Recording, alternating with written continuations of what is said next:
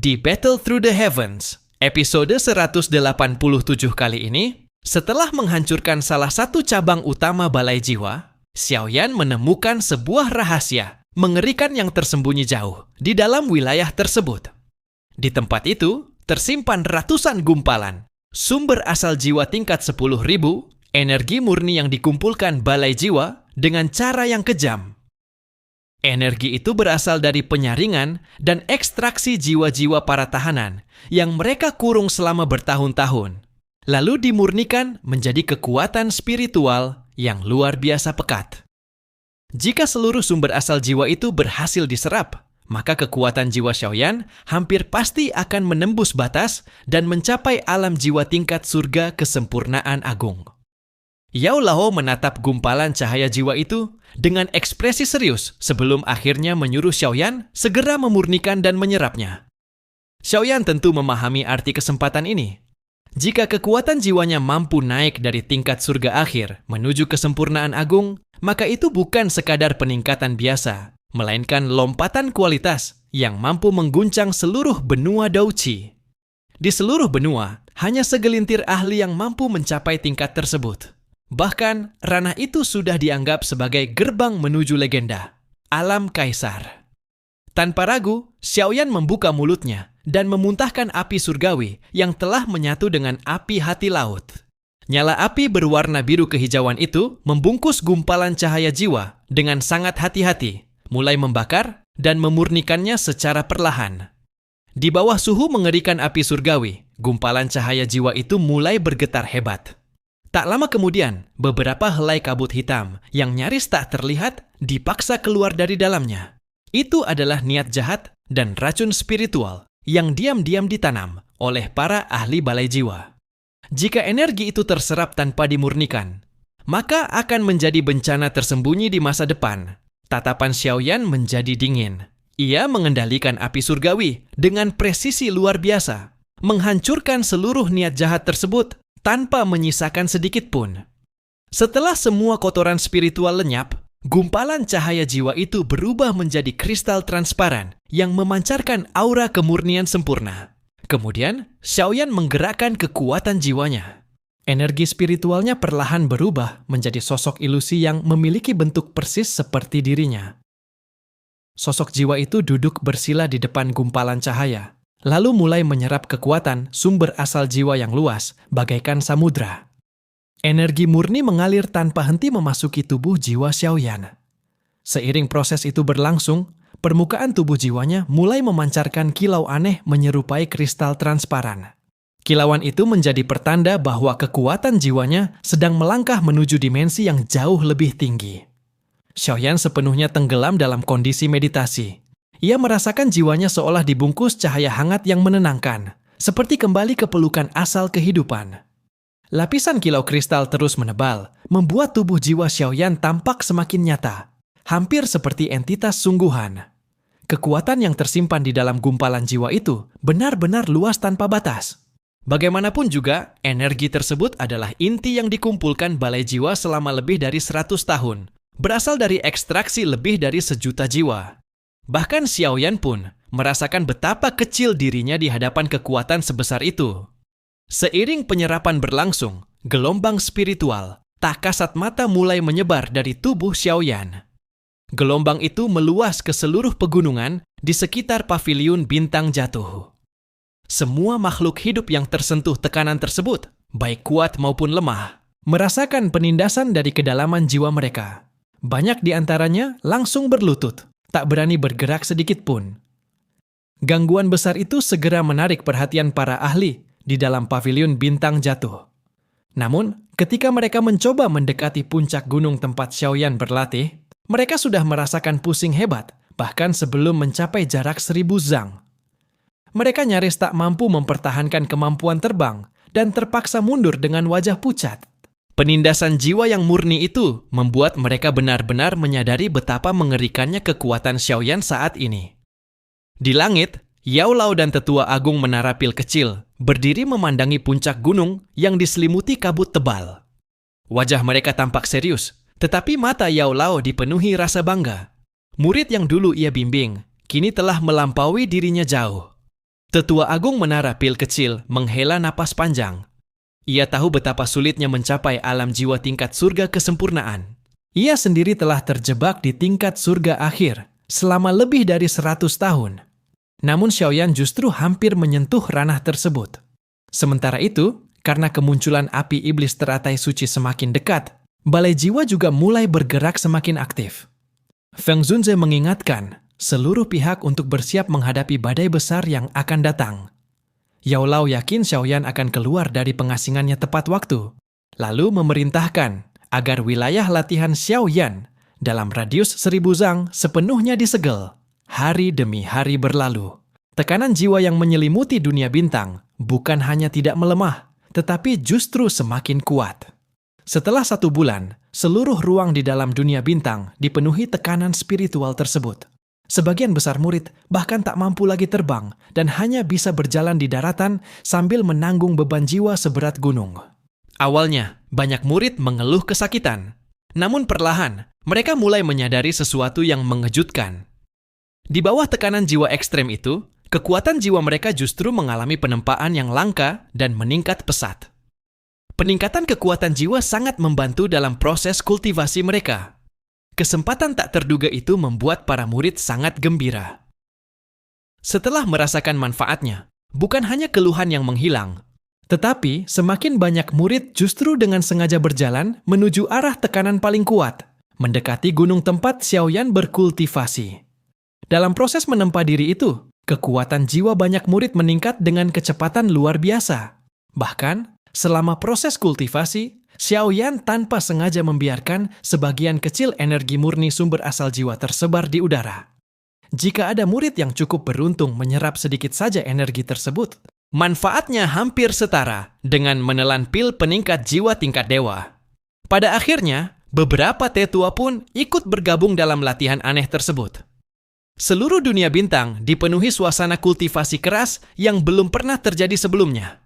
Yao Lao dan yang lainnya hanya bisa tertawa getir melihat fenomena itu, tetapi mereka juga menyadari bahwa kejadian ini memberikan peningkatan kekuatan besar bagi pavilion bintang jatuh secara keseluruhan.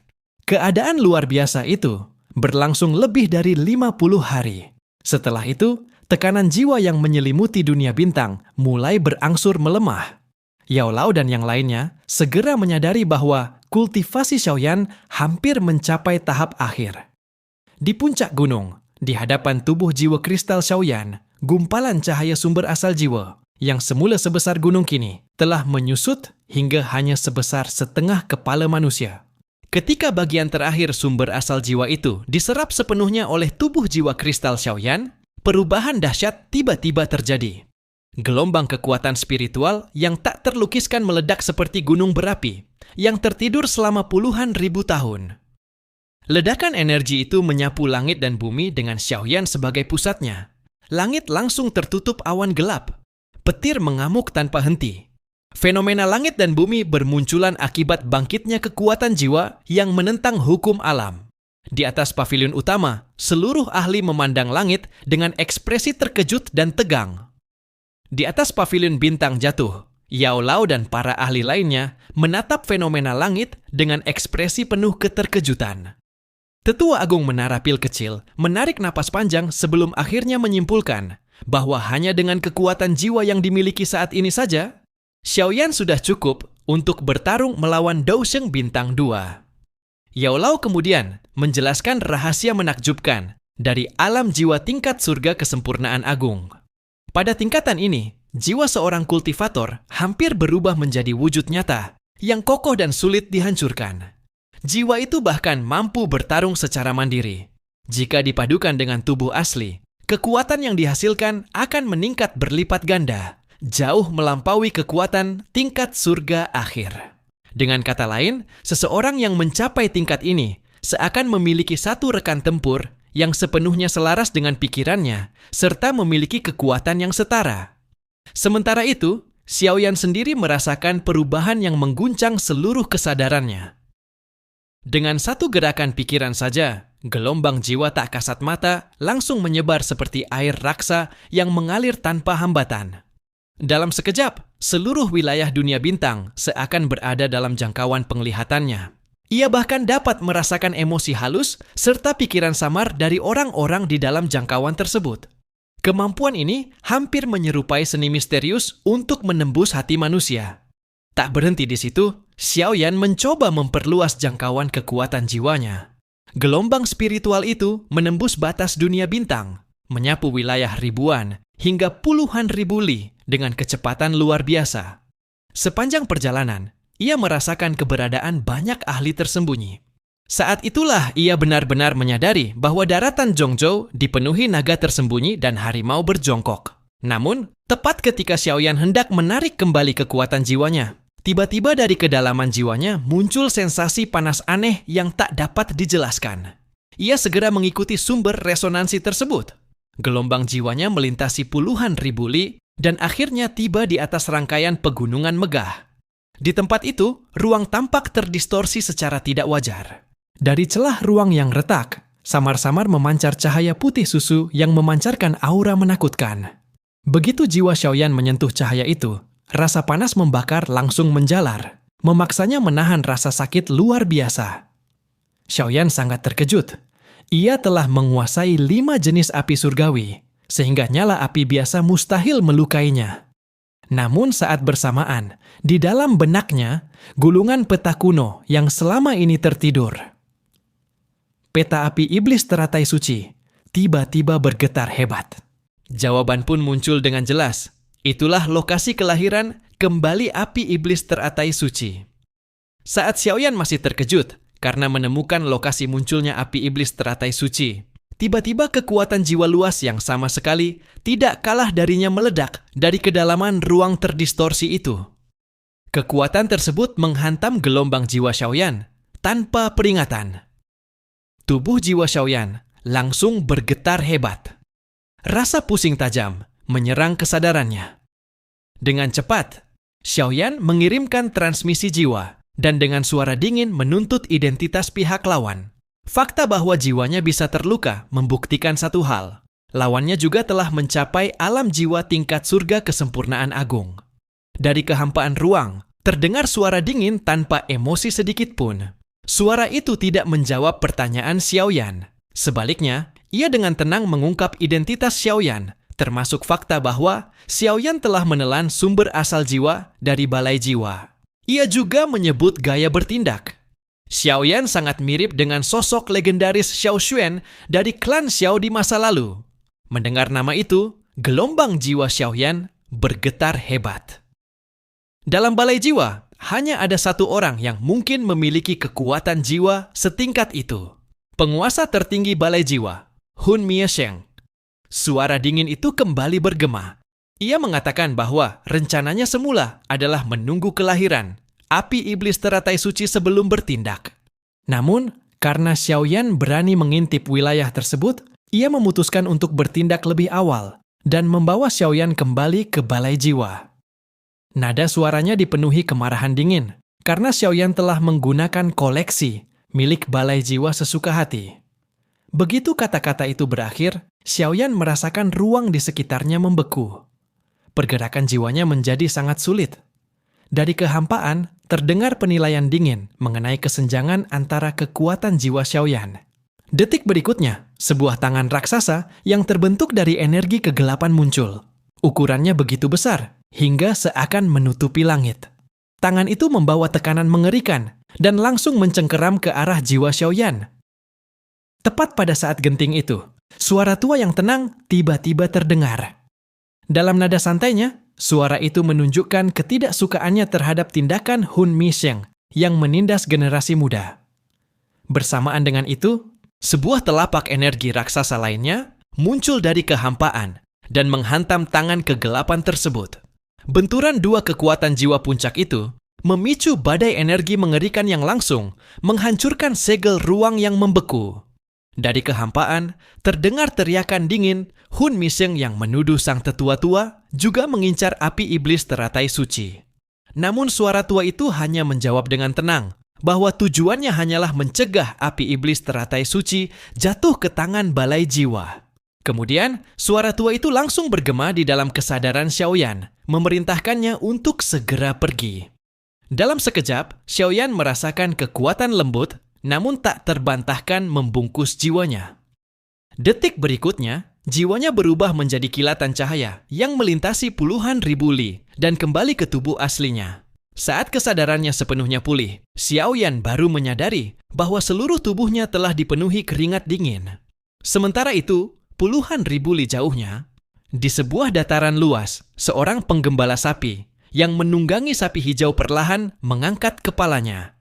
Penampilannya tampak seperti anak berusia belasan tahun, namun di kedalaman matanya tersimpan kebijaksanaan dan kelelahan seorang saksi sejarah panjang dunia. Penggembala muda itu menatap jauh ke arah barat laut. Ia menghela napas panjang, napas yang syarat kelelahan zaman. Ia tahu, kelahiran kembali api iblis. Teratai suci pasti akan memicu perebutan yang mengguncang langit dan bumi. Perlahan, ia mengangkat cambuk penggembalanya. Penggembala sapi yang menunggangi sapi hijau itu perlahan menggerakkan kendalinya. Dengan langkah santai, ia berjalan semakin jauh, melintasi dataran luas hingga akhirnya menghilang di ujung cakrawala. Sosok yang tampak seperti bocah belasan tahun itu sebenarnya menyimpan identitas mengejutkan. Dialah leluhur agung Menara Pil. Sementara itu, Xiaoyan masih diliputi gelombang emosi yang belum mereda. Pertemuan tak terduga dengan penguasa balai jiwa barusan membuatnya benar-benar merasakan tekanan luar biasa. Hanya melalui benturan jiwa semata, ia sudah dipaksa berkeringat dingin. Meski Xiaoyan sangat percaya diri dengan kekuatan jiwanya, penguasa balai jiwa dengan dingin mengungkap kenyataan bahwa jarak kekuatan kultivasi mereka yang sebenarnya masih sangat besar. Xiaoyan sangat sadar, jika bukan karena campur tangan sosok misterius yang tiba-tiba membantu, kemungkinan besar jiwanya tidak akan bisa kembali dengan selamat. Pertemuan itu membuatnya semakin menyadari bahwa daratan Zhongzhou memang penuh dengan ahli tersembunyi. Bahkan, dengan kekuatan jiwa tingkat surga kesempurnaan agung sekalipun, berkeliaran di luar masih penuh bahaya. Setelah kembali sepenuhnya ke tubuhnya, hati Xiaoyan masih bergejolak. Ia menilai kekuatan penguasa balai jiwa, kemungkinan bahkan melampaui kekuatan Xian, yang selama ini menjadi pilar terkuat di pihak mereka. Namun yang lebih membuatnya bingung adalah sosok misterius yang menolongnya. Ia sama sekali tidak mengenal ahli sebesar itu. Mengapa orang tersebut bersedia turun tangan? Seseorang yang mampu membuat penguasa balai jiwa menunjukkan kewaspadaan jelas bukan tokoh biasa. Xiaoyan merasa jika ia dapat mengetahui identitas orang itu, mungkin ia bisa mendapatkan sekutu yang sangat kuat dalam menghadapi balai jiwa. Selain itu, Xiaoyan juga teringat penemuan besar lain saat jiwanya mengembara. Di arah barat laut, terdapat wilayah dengan struktur ruang yang sangat tidak stabil. Di tempat itulah tersegel api iblis teratai suci yang legendaris, dan segelnya sudah berada di ambang kehancuran. Namun situasinya jauh dari sederhana. Penguasa balai jiwa dan sosok misterius tersebut jelas sudah mengetahui lokasi itu lebih dulu, dan bahkan telah berjaga di sana. Hal ini berarti hampir semua kekuatan puncak di benua telah memusatkan perhatian mereka pada wilayah tersebut. Perasaan mendesak langsung menyelimuti hati Xiaoyan. Ia tahu jarak kekuatannya dengan penguasa balai jiwa masih cukup besar. Jika ia ingin mengejar, bahkan melampaui kekuatan itu, maka hanya ada satu jalan, menaklukkan api iblis teratai suci. Hanya dengan memperoleh api surgawi tingkat tertinggi itu, kekuatannya dapat mengalami lompatan besar. Selain untuk menghadapi penguasa balai jiwa, kekuatan itu juga akan menjadi fondasi penting dalam menghadapi ancaman yang jauh lebih mengerikan di masa depan, klan Hun. Memikirkan hal itu, tekad Xiaoyan untuk merebut api iblis teratai suci menjadi semakin kokoh. Pada saat itu, ia kembali merasakan getaran dari gumpalan cahaya aneh di dalam benaknya, artefak yang terbentuk dari pecahan peta kuno. Setiap kali ia mendekati atau memikirkan api iblis teratai suci, gumpalan cahaya itu selalu bereaksi dengan hebat. Namun bahkan dengan kekuatan jiwanya saat ini, ia masih belum mampu menembus rahasia di dalamnya. Ia menduga benda tersebut memiliki hubungan erat dengan Sage teratai suci dan mungkin akan memainkan peran penting dalam proses penaklukan api iblis teratai suci. Setelah menenangkan pikirannya, Xiaoyan mengerahkan kekuatan jiwa dan menciptakan sosok tiruan dirinya di samping tubuhnya. Sosok itu memiliki wujud dan aura yang hampir identik, serta kekuatan tempur yang tidak lemah sama sekali. Pemandangan luar biasa itu langsung menarik perhatian Yao Lao dan para ahli lainnya. Mereka muncul satu persatu dan terkejut melihat dua Xiaoyan berdiri berdampingan. Yao Lao tersenyum bangga sebelum menjelaskan bahwa inilah keajaiban alam jiwa tingkat surga kesempurnaan agung. Jiwa dan tubuh utama dapat saling mendukung, menghasilkan kekuatan tempur yang sangat mengerikan. Setelah menarik kembali klon jiwanya, Xiaoyan segera menyampaikan dua kabar penting kepada semua orang. Pertama, ia telah memastikan lokasi kemunculan api iblis teratai suci. Kedua, ia sempat melakukan kontak singkat dengan penguasa balai jiwa selama penjelajahan jiwanya. Begitu nama penguasa balai jiwa disebutkan, suasana langsung menjadi berat. Yao Lao mengangguk perlahan. Ia menilai balai jiwa memang sudah mempersiapkan segalanya demi merebut api iblis teratai suci. Mengenai sosok misterius yang membantu Xiaoyan, Yao Lao berpendapat bahwa karena orang itu memilih membantu, kemungkinan besar ia bukan musuh. Yao Lao juga menenangkan Xiaoyan. Kelahiran api iblis teratai suci pasti akan menarik campur tangan berbagai klan kuno. Akan ada ahli tingkat puncak yang mampu menahan penguasa balai jiwa. Tugas mereka hanyalah mencari kesempatan untuk merebut api surgawi tersebut. Kemudian, Yao Lao dengan ekspresi serius menyerahkan sebuah botol giok kepada Xiaoyan. Di dalamnya tersimpan pil yang memancarkan hawa dingin ekstrim, hingga membuat udara di sekitarnya membeku menjadi serpihan es. Pil itu adalah pil harta tingkat 9, pil Huangquan 9 Yin. Hasil kerja keras Yao Lao dan Tetua Agung selama 2 bulan penuh. Pil tersebut merupakan kunci penting untuk membantu menaklukkan api iblis teratai suci. Xiaoyan menerima pil itu dengan rasa haru. Yao Lao mengingatkannya bahwa api iblis teratai suci adalah keberadaan yang sangat berbahaya. Sepanjang sejarah, belum pernah ada yang benar-benar berhasil menaklukkannya. Ia harus mengerahkan seluruh kemampuannya dan juga bersiap menghadapi kemungkinan kegagalan. Xiaoyan hanya mengangguk perlahan, tetapi tatapannya dipenuhi tekad yang tak tergoyahkan. Dalam beberapa hari berikutnya, aliansi mulai mengirim pengintai ke wilayah target. Sementara itu, arus bawah di seluruh Zhongzhou mulai bergolak. Banyak kekuatan tersembunyi yang selama ini bersembunyi kini mulai bergerak. Semuanya mengarahkan pandangan mereka ke satu tempat. 4 hari kemudian, Xiaoyan yang sedang bermeditasi tiba-tiba membuka matanya. Di langit malam, fenomena langit dan bumi yang telah lama diramalkan akhirnya muncul. 2 bulan sabit bersinar bersamaan, sementara 9 bintang tersusun dalam satu garis lurus. Pertanda kuno pun menjadi kenyataan. 2 bulan bersinar, 9 bintang menyatu. Api iblis turun ke dunia. Dalam sekejap, energi langit dan bumi menjadi kacau. Kabut aneh menyelimuti arah barat laut. Cahaya menyilaukan meledak di langit malam, diikuti gelombang panas mengerikan yang menyapu seluruh daratan. Bahkan di pavilion bintang jatuh yang jauh, panas itu masih terasa membakar. Gumpalan cahaya di dalam benak Xiaoyan kembali bergetar hebat. Dengan paksa ia menekannya. Api iblis teratai suci telah menerobos segel lebih awal. Tanpa membuang waktu, Xiaoyan segera memutuskan untuk berangkat. Yao Lao ternyata telah mengumpulkan seluruh elit aliansi serta para sekutu. Sebelum berangkat, Xiaoyan menegaskan bahwa perjalanan kali ini penuh bahaya. Keselamatan diri harus menjadi prioritas utama. Begitu kata-kata itu selesai, tubuh Xiaoyan berubah menjadi cahaya yang melesat ke langit. Di belakangnya, barisan besar para ahli mengikuti, terbang menuju arah barat laut dengan formasi megah. Pada malam itu, di berbagai penjuru Zhongzhou, bayangan para ahli melesat menembus angin. Suara gesekan udara menggema tanpa henti. Semua orang menuju satu tujuan yang sama. Tempat kelahiran kembali api iblis teratai suci.